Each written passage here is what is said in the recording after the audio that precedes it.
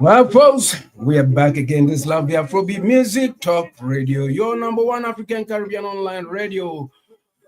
Highway 6 to Africa. Once again, we have gathered together on this esteemed platform where we have conversations with our friends and publishers and a whole lot of people who are connected within the music industry.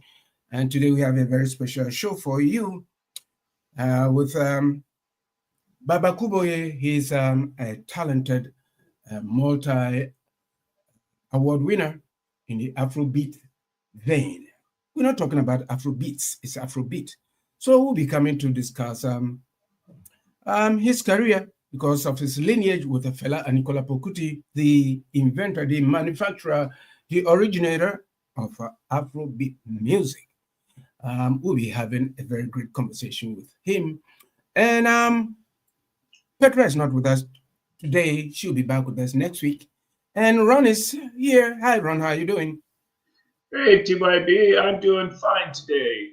Here on the west coast of Canada, the weather has been brutal. We've had power outages. As I mentioned to you this morning, TYB, when you messaged me that we were in the midst of a power outage, which is fortunate we just got it back. So yeah, it's been a crazy week. We had the power up for 24 hours there one time on Wednesday. So it's been pretty, I'll say pretty rough in terms of weather. But hey, it is what it is, and we get by with what it is. So how are you doing? I'm doing great. I'm still recovering from my situation, my bad problems. But, all the same, it's been wonderful. I'm glad I'm alive, and we feel that each day that we wake up in the morning and now we touch ourselves and we pinch ourselves and it hurts. It means we are alive. Because not a lot of people have been lucky to be breathing as like you and myself. So I mean, I'm grateful that I'm alive. Apart from that, life goes on. Well, you said there was a snowstorm? Was it snowstorm or rainstorm? No, it was wind. It was called they called it a bomb. They don't want to call it a cyclone, but it was a huge amount of wind. Some places were caught at 170 kilometers an hour. Not quite a hurricane, but getting close. So we don't have those usually on the West Coast. This is probably the worst I've ever seen the wind blowing on the West Coast of Canada. We just don't get them very often. Not like, say, areas like the East Coast and Florida do. It's unusual. So, but there's something you said a moment ago. Tell us the difference between Afrobeat and Afrobeats for those who don't know. Yes, a lot of people they do not. There's a difference between Afrobeat and Afrobeats. In that, with Afrobeat, when we say Afrobeat, we align ourselves to the Kutiite. We have the Kutiite Afrobeat music. If I say the Kutiite Afrobeat music, I mean Afrobeat music that that sounds, that goes back, that takes the genre. From you're saying fella, the genre, yeah, from fella, right?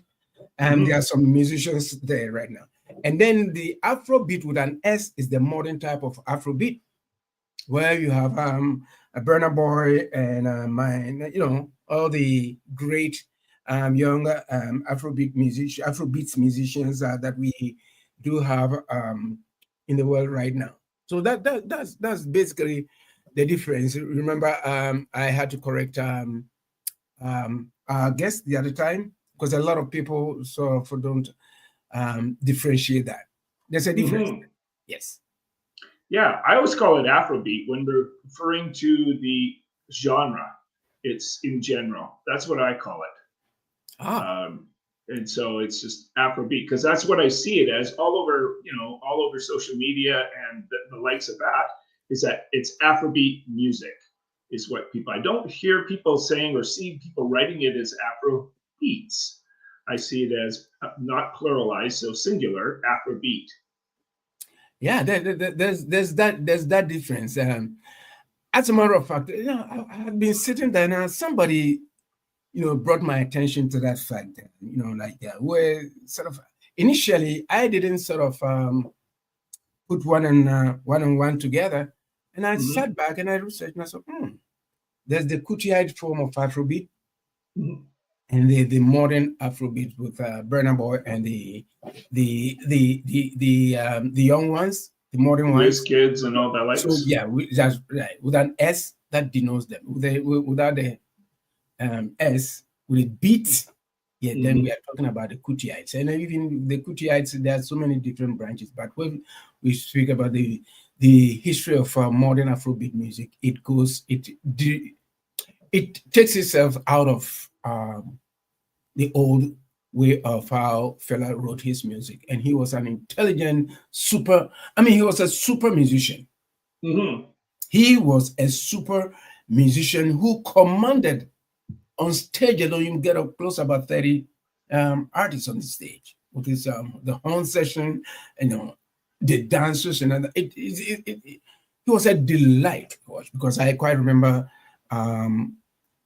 him coming to Toronto. The last time he was in Toronto, I was there, and his bass player, actually, I played with one of his bass players who came back, and yeah, fantastic musician, and he tells us about life in the Kalakuta Republic, where Fela had his club, and where a lot of people went in there. Life there was really, really great. And one thing about Fela was that he wasn't, honestly speaking, he was like Bob Marley. He had it and he gave it out. He embraced people, and he was a disciplinarian when it comes to his music. Yeah, he never, he was very disciplined, because if you could command that kind of a group, much more than what James Brown had. James Brown had a stage presence. Oh yeah. Fela the same thing. Fela the same thing. And if you watch his videos, I will invite listeners and viewers out there to go and watch even a video of Fela Anikulapo Kuti. Everywhere he went, it was sold out. And most of his music, he resisted against the system of oppression through his music, and he was detained many times. Yeah, he was detained many times because he sang against oppression within community, and those kind of things. That was his mantra, and he loved Africa. His genesis was he's from Kula Lobitos. I quite remember when I was young, Kula Lobitos, and he changed continuously. Gave so many different changes. Africa 70 and all those kind of. So there's a lot to talk about Fela Anikulapo Kuti, and it seems nothing is being. The name is kind of gradually going, but we will not allow it to go because it was such a figure. Can you maybe enlighten me in terms of the music that is Zydeco? I don't know if you're familiar with Zydeco music at all, but it's from the southern United States, and the people that do it are mostly people from Africa. Like, there's a great group I saw live, and they just blew me away, called Buckwheat Zydeco. And if you've ever listened to Buckwheat Zydeco, they are amazing on stage. The guy's probably in his 90s now, plays just an incredible what is it? It's a accordion. He's just unbelievable, and his band is so hot. And I'm just wondering if there's any association with Africa and Zydeco music. Do you know anything about that? I don't want to put you on the spot. Dissect it a little bit further, yeah, because I want to say the right thing. What's that? Sorry? Yeah, break it down a little bit. I want to say the right thing. Yeah. Okay. Restate the question, if it's a question. Well, where did Zydeco come from? Was it Africa? Because it's really big in the southern United States. But was he originally from Africa? Oh, basically, there are a lot of derivations when it comes to music culture, and there's so many. So Yeah. many. You remember we had this gentleman, Aurelio Martinez. He was from Honduras. He was Mhm. from a group of former. I mean, their roots are from Africa. So if you connect the dots, most of these things, if it's from Brazil, from almost everywhere, the Mhm. traditions have changed, but some of them maintain them. So basically, that I mean, I will have no doubt that the connection is from Africa. Yeah, it's just that it was funny because I was at this music festival and he was the star of the show, and it was funny because most of the people there were just average Canadians, but then these five guys would show up and they're dressed in these slick black suits. They're all black, and they just stuck out like a sore thumb because they were so nicely dressed by comparison to us that went to a festival. I looked like this, and these guys were so sharp, but they got on stage and it was mind blowing in terms of the level of performance that they did. And they had people come up on stage and dance with them. It was just really good. If anybody's interested, go listen to Buckwheat Zydeco. You will not be disappointed. And I could just tell that they had some kind of African descent of some sort. And it was just a knockout. Yeah, it's been when it comes to African music, like the connection has been there from Yeah, reggae, from yeah. soca, we cannot run away from it. We just Hmm. can't. But No. the fact of the matter is that we have to continue the process and not have any break. Because when it comes to Afrobeat music, we can never erase the name of Fela Aníkúlá Kuti. God bless his soul. Because Hmm. there's that confusion there where a lot of people, and I personally would not allow that name to go because personally, I met him personally in Ghana, but Hmm. late in the 80s and at a friend's party. And he was such a great delight. It's a personable person, personable music. I mean, I just cannot say, but hey, that is what it is. But we are going to Hmm. be speaking with Baba Kuboye. It's my brother. Hmm.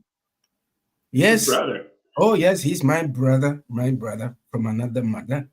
He's a, I always say that he's the hardest working Afrobeat artist that I've come across. The story, I know the story, and Yeah, I'm I proud. read his Ladies and bio. gentlemen, that's right. Ladies and gentlemen, boys and girls, here is Baba Kuboye. Hi, my brother. How you doing? Yes, yes, boss. I'm very fine, thank you. How are you guys doing? Oh, we are good. I'm good. Hey, Ron, how are you? Good, Baba. How you doing? I'm splendid, thank you. Happy Saturday. Thanks for having me on the show. It's been a while. It's been about 2 years. I was last on this show, 3 years.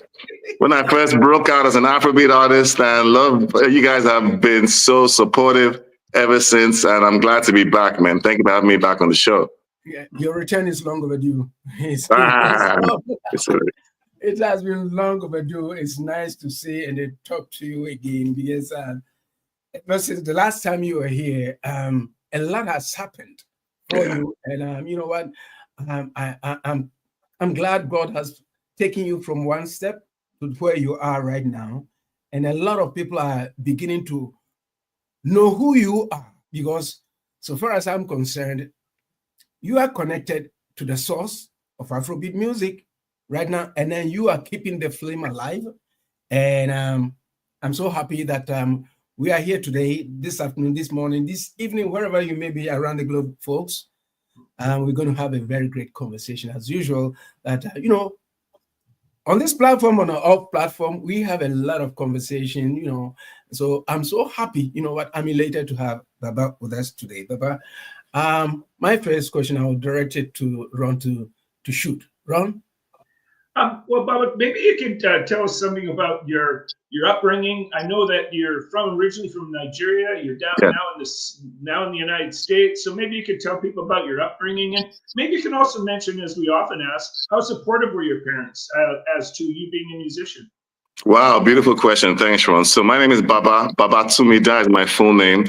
I'm from Lagos, Nigeria, Yoruba boy. All names in my language or in my country usually are sentences. So Baba Tumida means God has made a better version of me. That's my father saying, speaking aspirationally into the life of a child. Because, every time that name is called, that's what you're trying to manifest. So I shorten it to Baba because Baba Tumida is a mouthful for a lot of people, even Nigerians too. But my name is Baba Kuboye from Lagos, Nigeria. I now live here in Dallas, Texas, in the USA, and I grew up in music. So my parents were Afro jazz musicians. My father, Tunde Kuboye, from Ondo State, a small village called Igbotako. My mother's from Abeokuta, her mother's side, and I grew up in Lagos, and they were Afro jazz musicians. They had other initiatives or other endeavors, which included, charitable work, NGOs, some professional work they were doing, but community-based work, but they were also creatives. And, I know a lot of people reference some of my more popular family members like Fela Kuti, who's my uncle or my granduncle, my grandmother's brother. But a lot of people don't know that his grandfather, my great-great-grandfather, is the first recorded person in my lineage, in my legacy to do music. His name was J.J. Ransom Kuti. I felt honored when I came across his music online last year. I even did a song with him posthumously on my last album I created last September called Cultural Canvas. That song is called Igbala. It's so special to me because it's great for me to be able to do a song with my great-great-grandfather. But to your question, Ron, so I grew up in Lagos, Nigeria. My parents were Afro jazz musicians. I would perform with them sometimes or rehearse with them sometimes. And they were very supportive because they allowed me to see the process. I lived it. My house was a nightclub. Fela would come and perform. They had it's a monumental part of Nigeria's history, a place called Jazz 38 in Lagos, Nigeria at the time. It was a place where anyone who was into live music, whether it was high life, reggae, Afrobeat, Fuji, Juju will come and play. And they had a residency there every Friday and Saturday. It was really the outside of my house, the compound. So I was too young to come outside to always play and perform, but I'll watch from the balcony or the veranda, as we call it then, or I'll hear it from inside the house.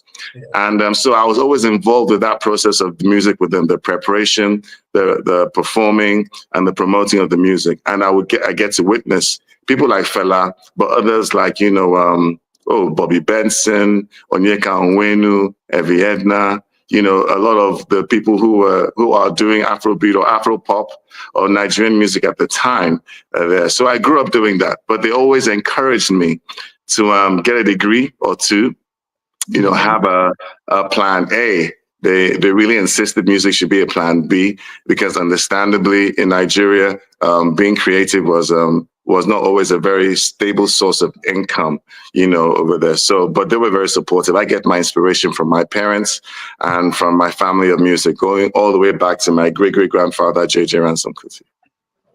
Well, I was going to ask about Jazz 38, but you gave a good explanation of it because I know it's in your bio there. And I was thinking, okay, Jazz 38. I went to jazz school to university for jazz. Okay. And so I love jazz, and playing different styles of it. So tell us when you say Afro jazz, what do you mean by Afro jazz?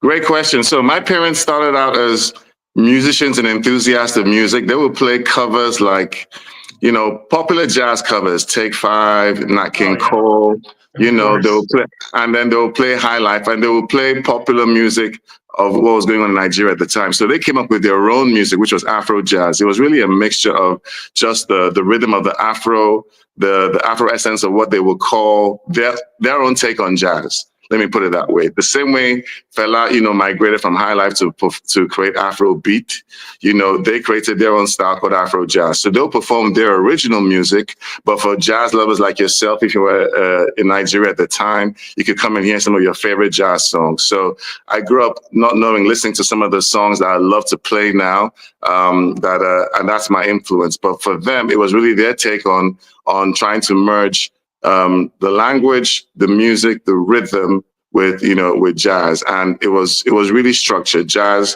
could be whatever your interpretation of what you want it to be because it's you. But they would have they made it a little bit more I won't use the word pop, but more structured, where verse, chorus, bridge, call and response, added the Afrobeat, Afro vibe feel to it. You know, it was a horn section, was a big band style. Think about James Brown, think about Fela Kuti. I know I was kindly called the hardest working guy in Afrobeat. I take a lot of influence and inspiration from James Brown, but it was that horn section, the singers, no dancers, percussion, rhythm section, and then my dad playing bass guitar. My mom was a vocalist, and she played saxophone, or she learned it, but never played publicly. So, that was their style of music and jazz that they did. Staple singers, all in the family. All in the family, staple singers, you know.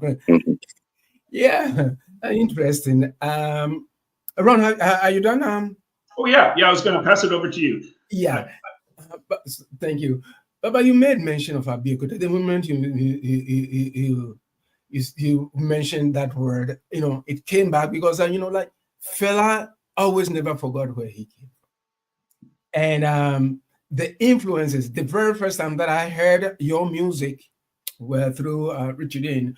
It took me. I said, man, this guy sounds like, you know, there's something about it.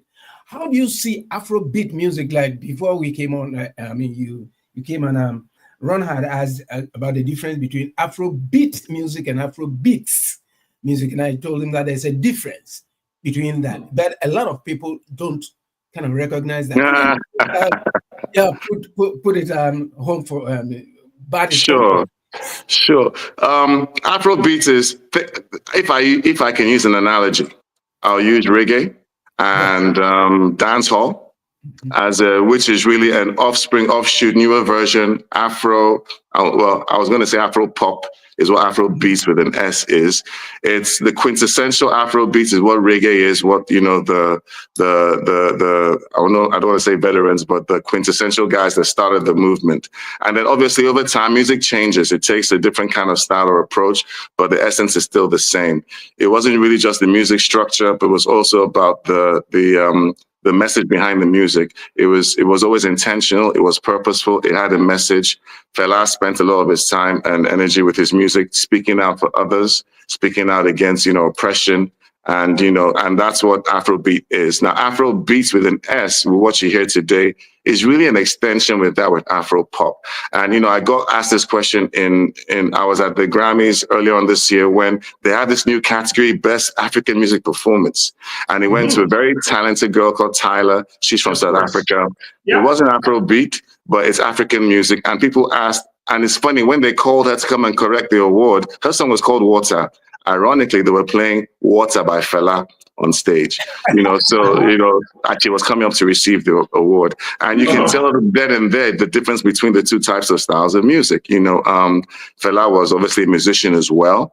A lot of artists these days are not musicians. There's nothing wrong with that, but that's the style and the angle a lot of them are going towards these days. And then just the vibe of the music. So what you hear today is really more dancehall reggaeton as opposed to reggae, and Afro beats is really a continuation of Afro beat. Now, sometimes you can have a blend or a flavor of the two and in between, but you know, and sometimes some people are very good, like myself, of trying to fuse the two together so one doesn't feel like they're going back in time when they're listening to what they will call Afro beat or reggae. So new school, I would say Afro beats with an S is new school Afro beat. Yeah. So would you say that, because I kind of figured Tyler was going to take this one because she was on the Jimmy Kimmel show, she got a lot of airplay. Would you say that that's more Afrobeat then, that it beats with a play? No, she's more. Yes, Afro pop, Afro.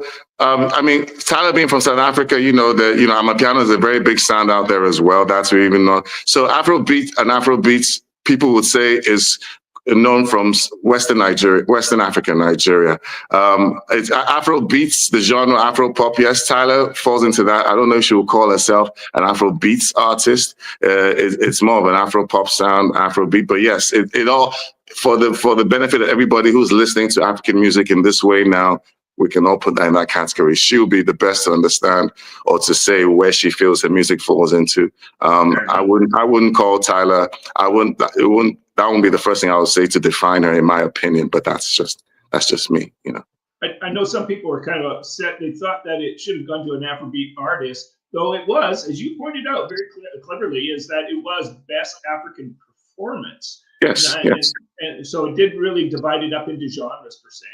Yes, exactly. And, and Africa is a great, big continent. One of our many strengths is our diversity, even in Nigeria, even in South Africa. And we haven't even mentioned the other giants in African countries that make all kinds of music. There's a lot of diversity, even in Yoruba culture where I'm from, in the music and the style. So, it's great to just celebrate our music. It will take a while for us to be able to unpack all kinds of music from Africa, but it's African music and it's embraced by the world. So we can all enjoy it, whether it's for, I was celebrating for Africa. I was celebrating for Tyler.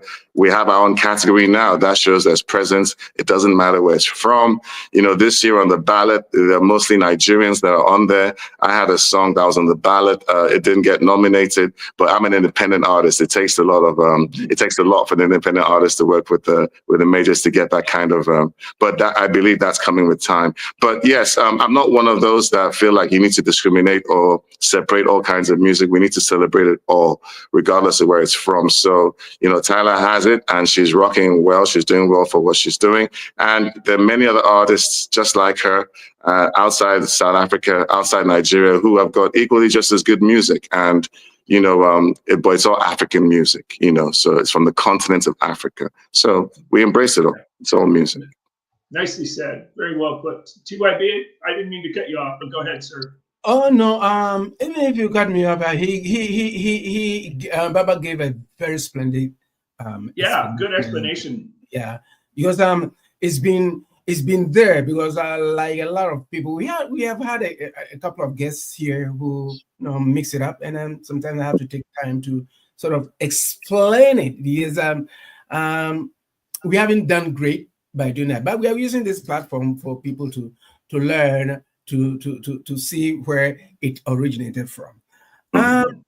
With respect to your writing, I was listening to HWY, for instance, and it takes me anytime I listen to most of your songs, what, Ikoyi Boy and all the others, right?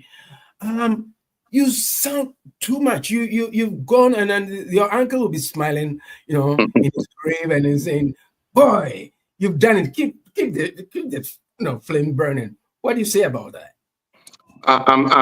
I feel blessed and honored to be born into a family where I have musical icons I can look up to that are blood.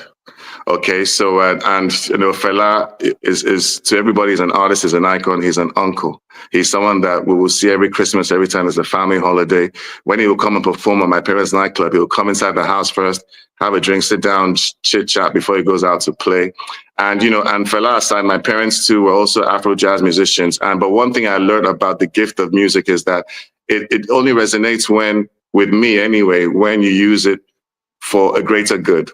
So Fela's mom, my grandmother, Funmilayo Ransome Kuti, wasn't a singer, but she used her efforts to help fight for women's rights in Abeokuta. Fela used his music, his gift to speak out. And, with a song like HWY, I'm an African, I'm a Nigerian. I grew up in Nigeria. I only left to go to get tertiary education or university degrees. And I noticed a stark difference where, in Nigeria, everyone is black, from the president to the bus driver.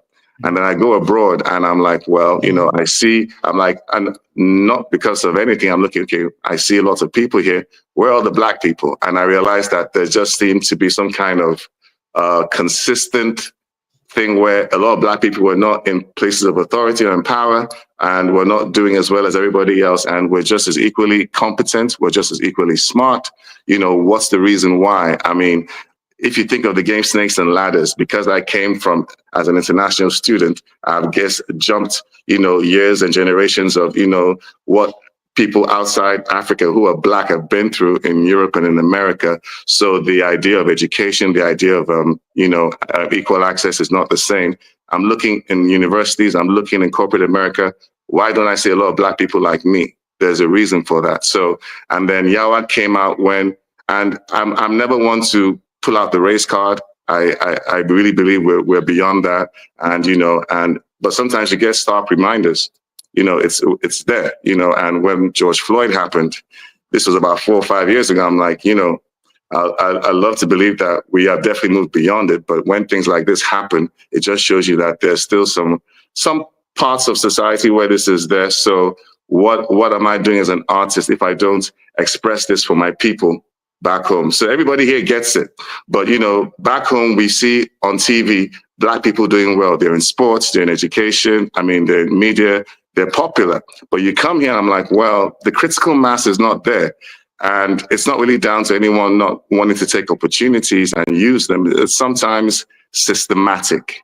And that was what I was trying to address with the song Yawa. And, so songs like Yawa, songs like HWY Boy are about, talking about systematic oppression, whether it's civil rights in the US or even back home in Nigeria, where there's corruption and the military sometimes rears its head, like it did, with what happened in 2020 that I spoke about. But I also have songs that celebrate women, like Kalakuta Girl. I have songs that talk about mental health, like Cool It Down. And this is just talking about my 2022 album. When I came on your show then, I think Petra was then, Richard Dean was kind enough to bring me on at the time. And but since then, I've had another album called Cultural Canvas, which expands on that. And going back to your original question about Fela, yes, I take from what he did, and because we suffered as a family, directly or indirectly, from the attention he drew from the powers when he would write songs like Zombie. I mean, my great grandmother died because she was thrown off a building because of that song Zombie. So it's something that I still take from, but I'm happy and excited that I can walk in my purpose. And I have people in my family that I can call blood that have gone through that. My parents, Fela, JJ Ransom Kuti, my cousins right now who are doing their thing. And we can all at least learn from it. I'm also, I like people like, I'm inspired by Michael Jackson, Prince, Tupac, but these are people that I never get to see. They're on a pedestal somewhere. But when you have that in your family, it just helps. It hits different, so it's a blessing, in all honesty, with what I have. Wow. Folks, we are having a conversation with this amazing, I always say that the hardest working Afrobeat artists that I've come across, because I'm saying this to say that when Baba started playing music and then we got in touch with each other and then he was on the show, I mean, looking at him right now, from where we stand, about 2 years, 2 years right now. By the way, Petra says I should say hi. She's unable to join with us today, but she says to tell you hi. Hi. Looking at it from where I sit, there's been a shift from when you started, when we had a conversation, to where you are. We'll be coming to your awards. I'm reserving that for now. How have you been able to go through to break these kind of obstacles that may have, impeded your rise to where you are right now? Wow, that's a multi-threaded question with a multi-threaded answer. But but what I'll say is focus has really been important. I'm an independent artist, and like any other artist in the beginning, you have to. I know you use the term hardest working guy. For me, it's a passion. And I can do this in my sleep. I can do this, it's what I love to do. It's a beautiful world where your will comes to pass, prayers are answered, manifestations come true, because you're yielding to the voice within. I'm restless when I'm trying to make music. I'm trying to be heard. I'm trying to use my voice. And I find out that obstacles or opinions of others have to be shifted for me to succeed. And that just means proving myself. If I've had to, do shows, all kinds of shows in all kinds of venues. I've had to put out music consistently, because it's important to be consistent with my craft. I picked up the tenor saxophone now. When I met you, I just picked up the alto saxophone, and before that I was playing keys, I was more rapping and now singing. So as an artist, I learned to have to try and express myself better. And I also try to not rely on the templates of my parents or Fela, because creativity for me comes from the unknown space of trying new things out. So I didn't want to rest on the laurels of what I know was a blueprint of Afrobeat, or their sound of music. I would try out new things. I'm quite experimental in some ways in my music. Hopefully, if you have a chance to hear that, you might be able to see it or hear it rather. But in terms of obstacles, it's just consistency, and some things take time. And and people's life can project all kinds of things at you, but the focus of my vision, my mission, my goal has always had to be at the forefront. And of course, the support of people like you, give me a chance and an opportunity to be heard by your audience, and let them embrace if that's what they want. Those are the kind of I don't know if to use the word assets, things that have helped along the journey. But it's a constant check of where am I, what am I trying to do, what am I trying to achieve, and then just working through that every day. So I'm thankful that it's yielding to a point where a lot of people are taking notice. I don't do this for people to notice me or the awards, to be honest with you. I do it because I want to be better at my craft every day. I want to be able to give back. I want to be able to contribute my quota, like my parents did, like Fela did, like anyone who's into music does. But if this is what it will take, and this is what happens to get it done, then let's roll. I'm ready. That's why I'm here. So we'll make it happen. And then you have rolled. You have rolled, and most time we communicate. We've been communicating because I believe in what you are doing as an artist, as I run to as an artist.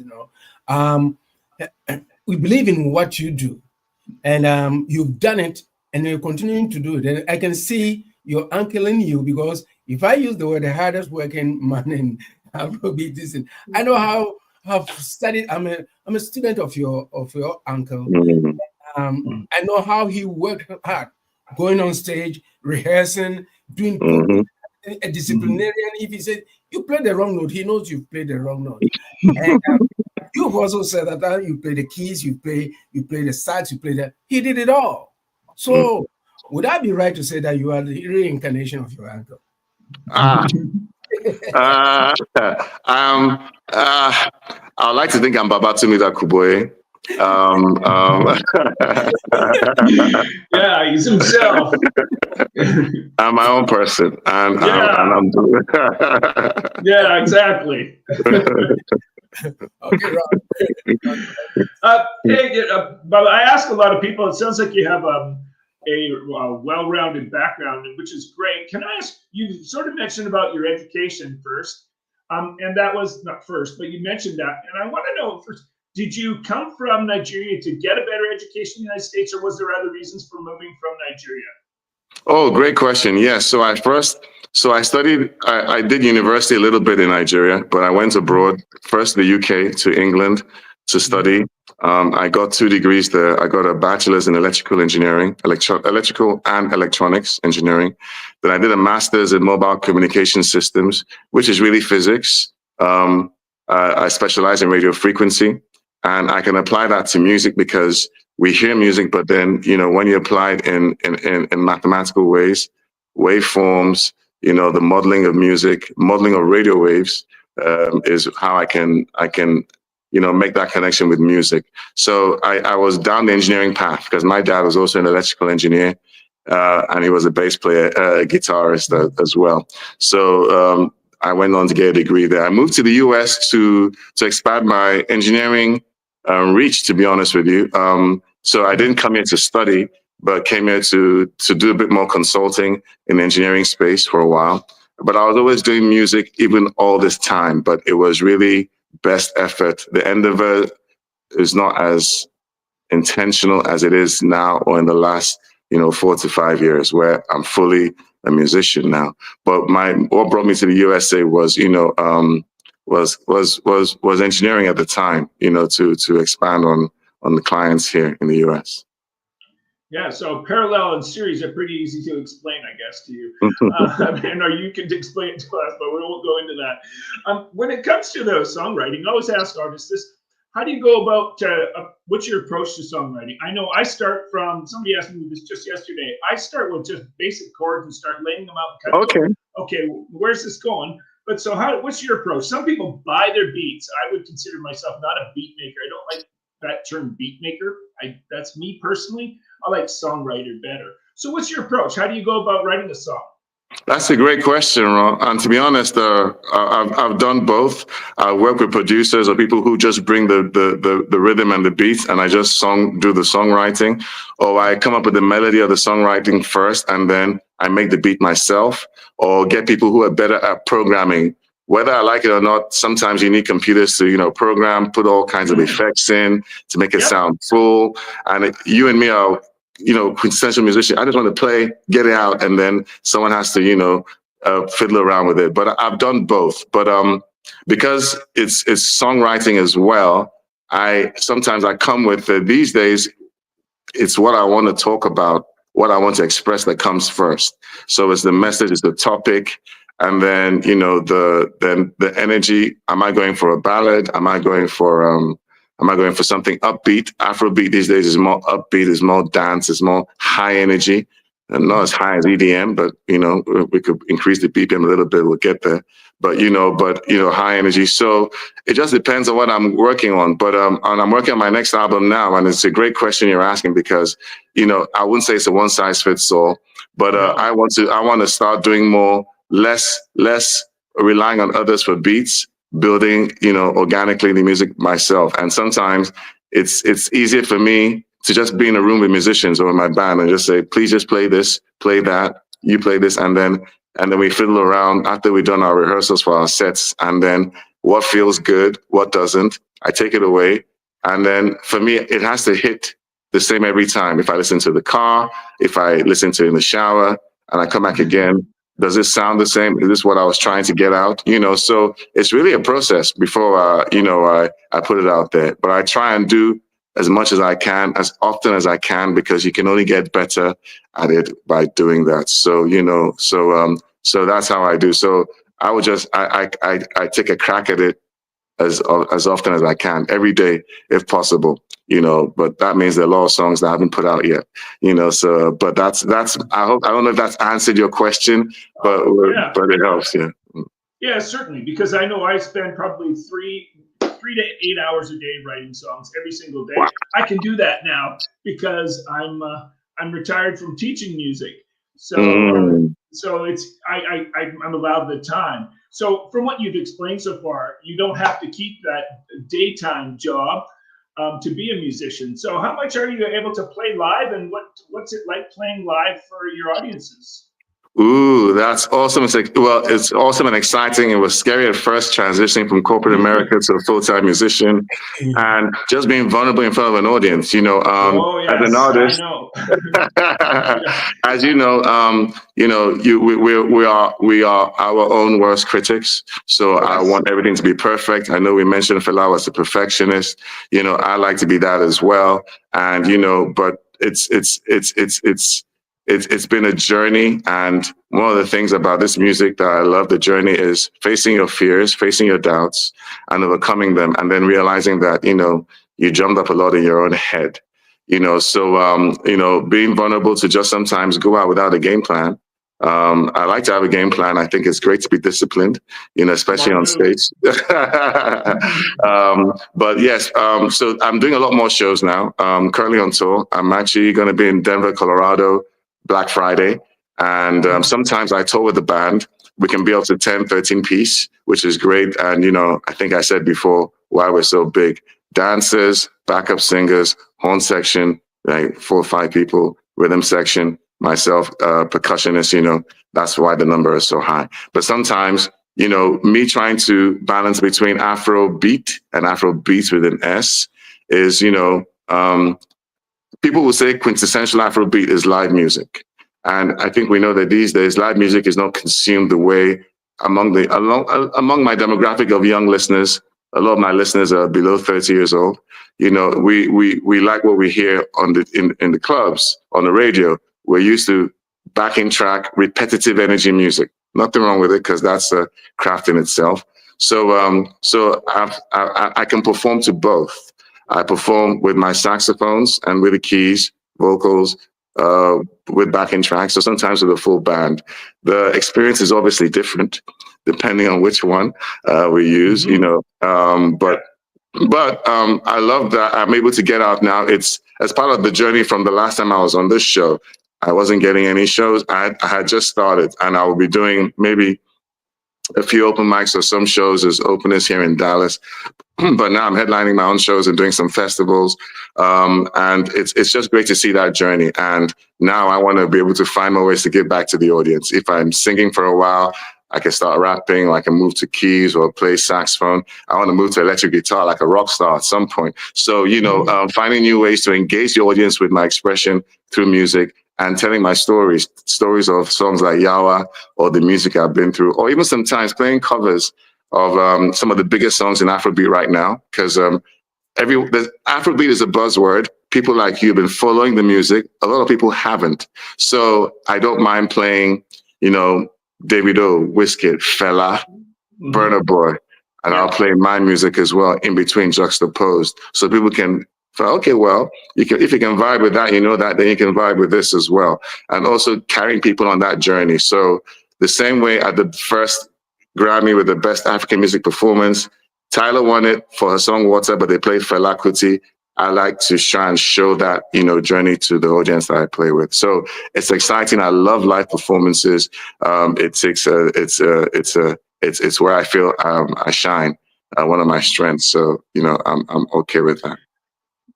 Good for you, because I know TYB and I feel the same about this. We love live groups. We just couldn't see ourselves on the stage with a DJ. It would just feel strange. To me, that would be strange. It's too perfect. That's why. It's just TYB, go ahead, sir. Yeah, folks, we are in conversation with the amazing Baba Kuboye. Well, we're having this conversation because he's educated a lot of us, a lot of you out there, to include myself out there, because we have to learn from each other. Like he's indicating, music is a language. So you know what? No matter where we sit, sometimes we have to come to the realization that we have to communicate through music, and that's what we are doing right now to entertain and educate ourselves. Baba, my question to you is you made mention of the fact that about 2 years ago, when you were starting out and stuff like that, you were now getting your feet wet and stuff like that. Since that time, your feet has been dry, and now you've reached so many pinnacles in your career. Can you tell us about the 2 awards, which, I'm so proud of you, my brother, that the awards that you've won, because I'm saying this to say that your hard work behind the scenes and in front of the scenes has put you where you are. But you are an example of how people can come from adversity in terms of our career, music changing from one to the other to reach where you are. I'm proud of you. Can you please tell? Thank you. How how you got the awards, and I'm proud of you. Okay, thank you. Well, thank you. I'm honored. Thank you. And again, I take inspiration from people like you who encourage me behind the camera and in front of the camera as well. I think if I have to go back, the first one I guess it was when I was on this show. I was promoting From Ikoyi with Horns. That album, there was a song called Ikoyi Boy. I did a video for. That video spoke about, a bit of civil unrest in Nigeria. That song got me an album. That song got me an award by the Hollywood Independent Music Awards Company in LA. This was their first ever. They were rebranded as something else before HMMA. I think they became HIMA. And I was the first ever to win the Afrobeat Afro Pop Award for that song. So that was amazing for me that I was able to do that. That was in 2022. Then in 2023, I've had a few awards. I think the Intercontinental Music Awards, I was a finalist with my song Soft Life off my album Cultural Canvas. Didn't win an award for that. And I've been on the ballot for a Grammy a few times. Right now, I'm nominated by virtue of collaborating with my good friend, Antonio Vergara, on his album. He's in the contemporary blues category for his acclaimed album, The Fury. Was able to play sax and have vocals on that album. That was amazing. So I now know what it feels like to be saying that, you're Grammy nominated. So that's that. So I think those are the only 2. Well, actually, I lie. Just recently, the North Texas Performing Arts Association in Dallas, in Texas, where I am, honored me with an award for being it was a Stardust award for performing, and they're a theater group, and it's really great when bodies outside yourself can acknowledge the work you do. It reiterates what you're doing. The real goal of the award for me is the network and the community it builds, because it gives me a chance to meet other artists, other creatives, and there's a community of that. And that's really important because, you know, people see who's on the stage, who are the winners are, but the people who are behind the scenes, the people in the audience are also like you guys, honestly, as well. We're passionate about what we do musically, you know, to be honest with you.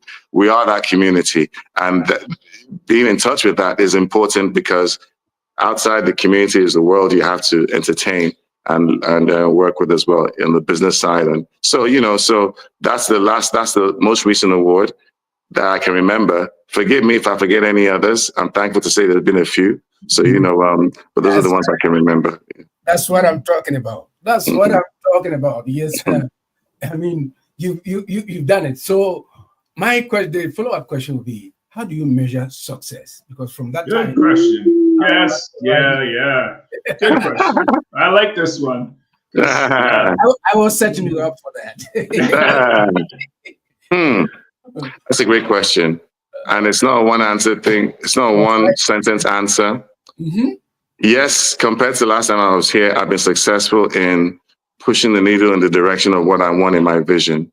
My vision is to make music that impacts the culture, doesn't follow trends, but which I can make a living off of and survive to protect, to fend for myself and my family. And that's my measure of success. To also connect with my audience and to use my purpose, my gift, to shed light, peace, and wisdom the way I know it. So in all those regards, I can comfortably say I'm successful because I've been able to do that repeatedly since the last time I saw you. There's always room for expansion. There's always room for growth. But success for me is being able to execute what I want in my journey the way I want to. And being independent was a big part of doing that. It came with some sacrifices. You know, I've self-advanced all the way. You know, it's just more recently that I've been able to generate an income from it to a level that is what, you know, can help take it to a different level.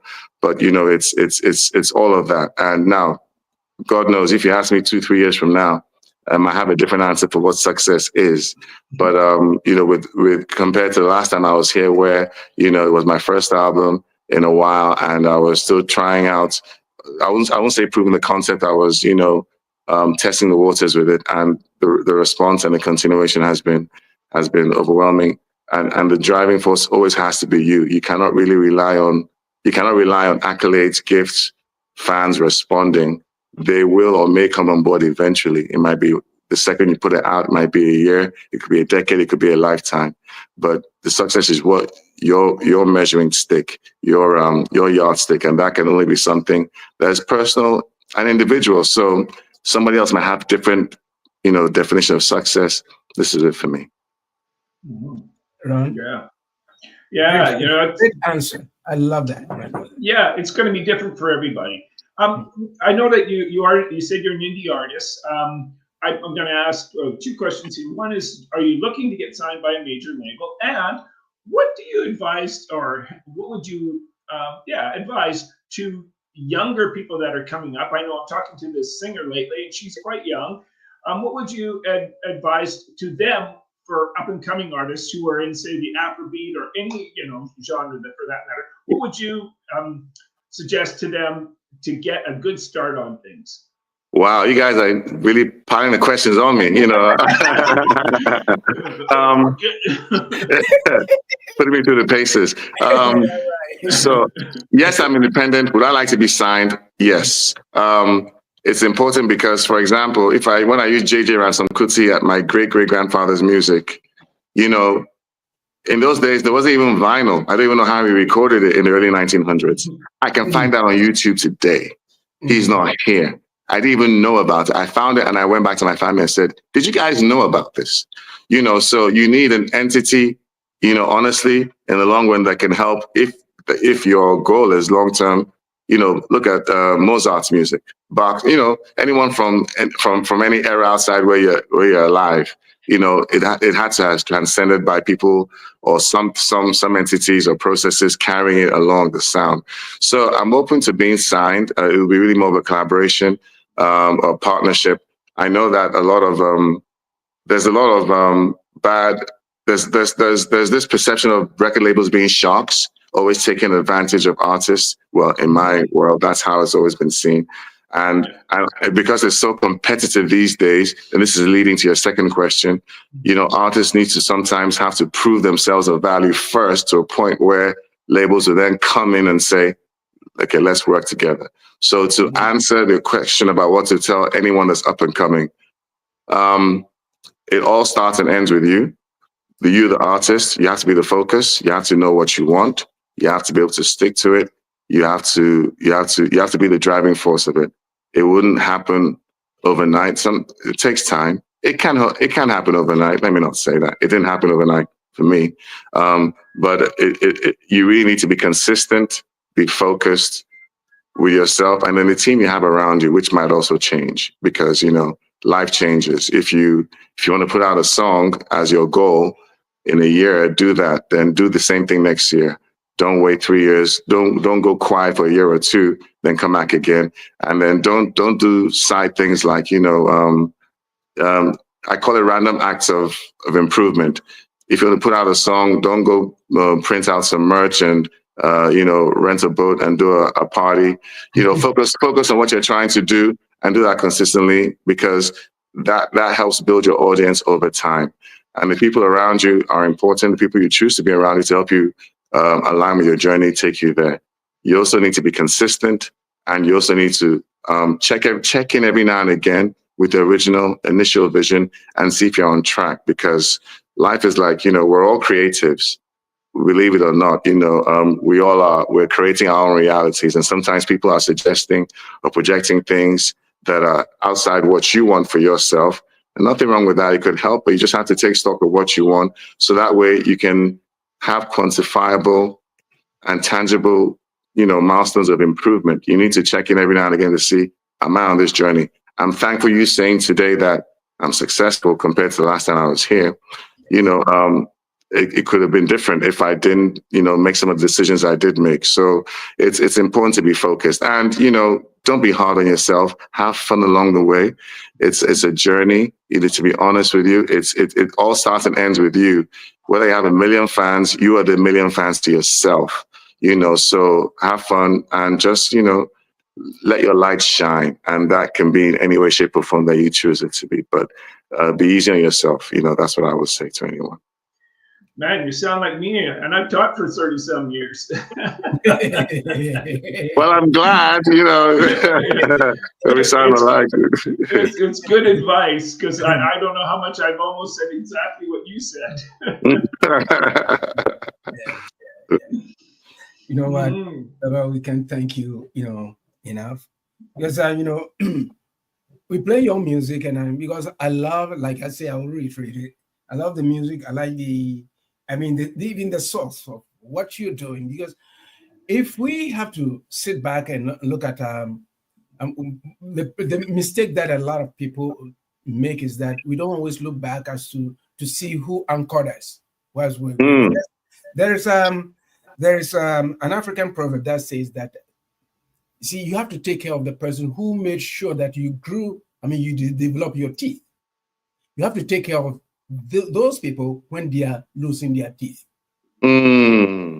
So the fact of the matter is that you've looked at yourself, where you came from. You've done what you have to do through adversity, through so many. You didn't have it so easy getting to where you are and even to win these awards. Now you don't even know how many awards that you've even won. It means so refreshing. It means that if you are going to do something and you focus on it with all your might, and you never have to give up hope, because if you give up, it's a defeatist kind of attitude. So from where I sit and from where you came from, and then looking at you, because I've been watching your rehearsals on your on YouTube and all those kind of stuff. I mean, I have looked at your progress and all those kind of stuff. I'm so glad and happy that now we are sitting there, you talking about your hours, you educating us about Afrobeat and Afrobeats, and Ron. I'm not educating you. How can I educate you guys? No, you guys are humble. We're so excited that you've been able to reach where you are at this particular point in time. How can people link up with you, hook up with you, to be able to continue encouraging you throughout the journey, because it's just started? Oh, great question. And I wish I had said an answer to that with Ron's question. Yes, you do need a place where people can find you, a website, something consistent. So my name is Baba Kuboye, whether that's on TikTok, whether that's on Snapchat, whether that's on Instagram, whether that's on my website, babakuboye.com. That's how you can find me. I have music released on all the DSPs. So if you're a Spotify or Apple Music or whatever tickles your fancy, you can find me there, also on YouTube. I'm thankful now where I'm on the road.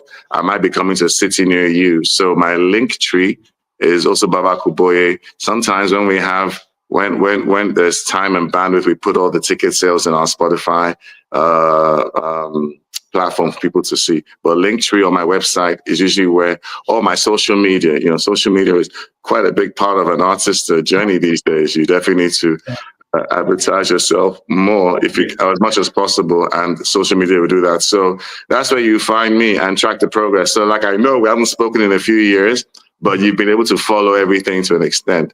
And thank Ron was able to, look up whatever he needed to as well. And anyone can. So you do need the social media, but that's where you can find me, so please come on the journey. It's been great. It's fun. It's positive. It's adversity, yes, but not the strife or the struggle. The fact that with positive expectation, excitement, and doing what you feel, I think people connect with me or with any artist they love because you can feel what they're doing. If you really enjoy what you're feeling, if you really mean what you're doing, it will come across in the music. And we're all human. We all have parts of each other that we can relate with. So I can relate to you in your music by the way you put it out, or by the way you express yourself. So, and hopefully likewise, you'll be one of those that can relate with my music as well. So please come on this Afrobeat journey. It's a vibe.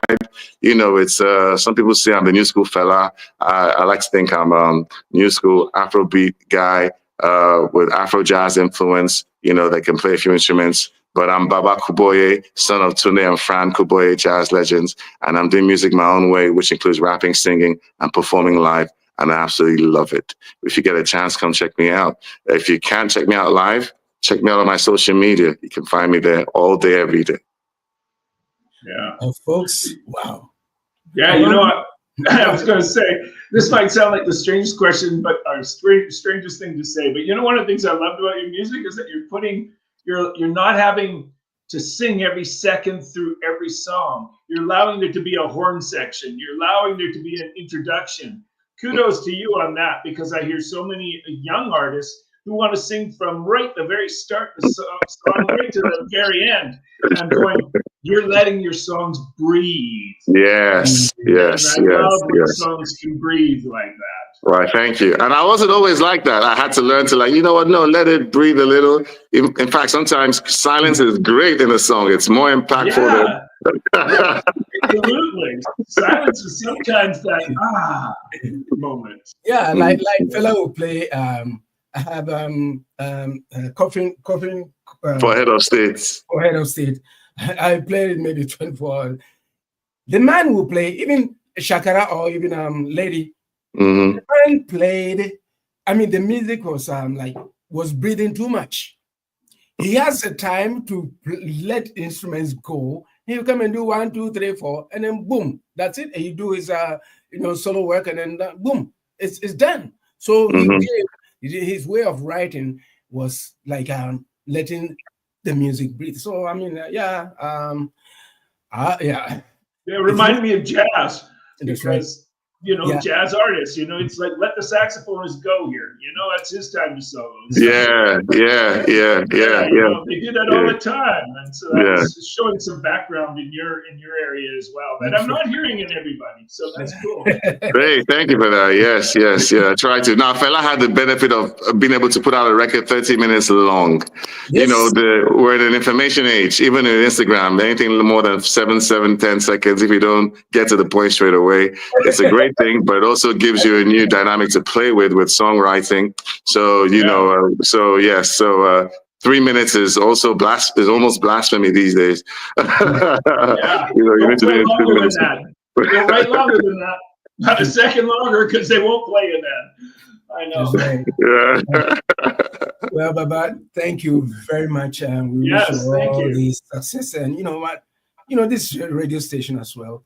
Keep the music flowing, keep it coming, and we will continue to support you, because hey, this is a platform for artists, for musicians. You know what? It was built by a musician. It will continue to attract musicians and publishers and what have you. We had Afrocharts.com, Leonard Novarti, who's the founder of Afrocharts. He's a friend of this radio station. He Okay. He's been here 4 times. In fact, 3 weeks ago he was here, and and anytime he's here, a lot of artists, they come in there, and it's so. He's been contributing his quota towards the development of our music, and he's been great. And I think Ron asked a question as to whether the big boys are circling around to see whether they can dump on him. And yeah, there's been, here and there, but he's not ready to settle because he has something going. And if you are new here, folks, Afrocharts.com. If you are an African musician and you want to do justice to your music, just go there. He pays 70%, I mean 70%, free. 70 to the artist and 30 to the company. So check him out. And if you need any information, please reach out to us at 437-778-3299. That's Love the Afrobeat Music Talk Radio. And then, on that note, we'd like to say thank you once again to Baba for taking time off his busy schedule. He's on tour to be with us today. We hope he will come back again. I know he will come back anytime we extend an invitation to him. Baba, thank you. And Ron, thank you. And folks, we'll see you in 7 days. Bye-bye.